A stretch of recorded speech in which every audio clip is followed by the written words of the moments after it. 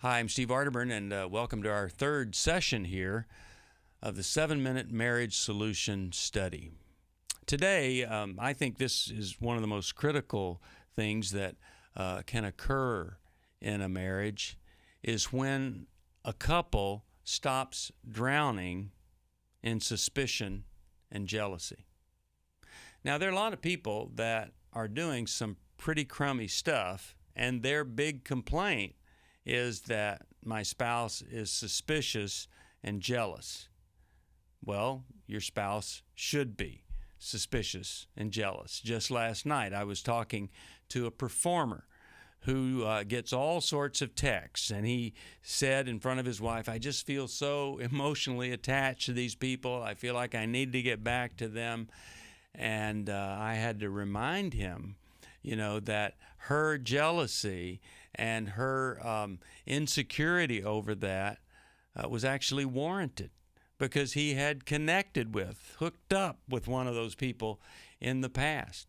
So the point I want to make is that we need to be sure that we're not doing anything that causes a person to be suspicious and jealous.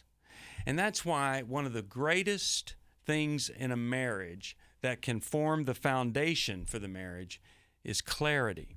That the person that's married to you is really clear about who you are, what you do, very clear about where you go. You're so consistent and dependable that they feel secure in knowing that if you say you're going to be someplace, you're there. If you're texting, it's appropriate.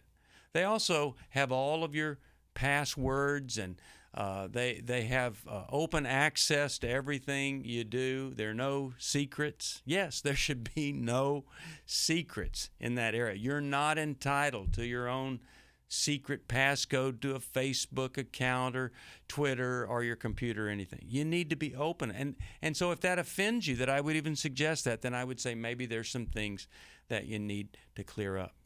But just ask your spouse, how much clarity is there in our relationship?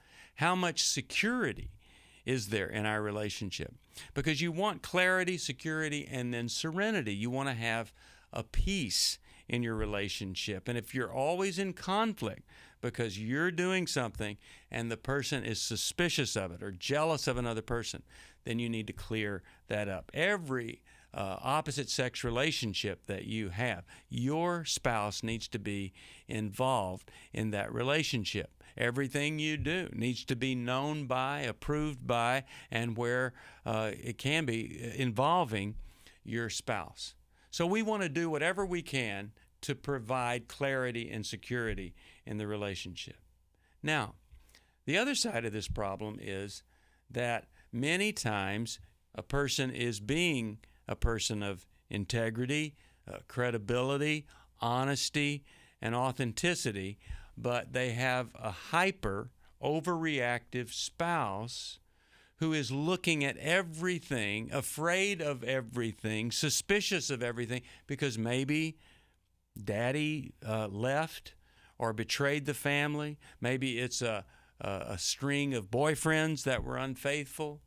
Maybe it was a previous marriage where they experienced something and they're putting all of that. They've never really resolved that, never grieved that, and they're putting it all on this new person, you.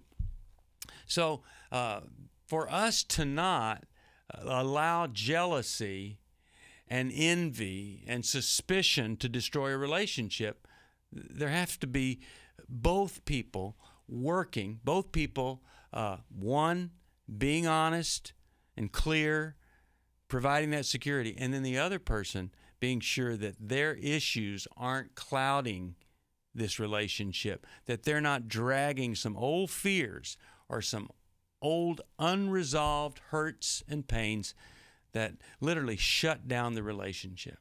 What you want to do is you want to build trustworthiness that can't be torn apart. And the only way you can do that really is to be consistent in your actions and be consistent in your healing.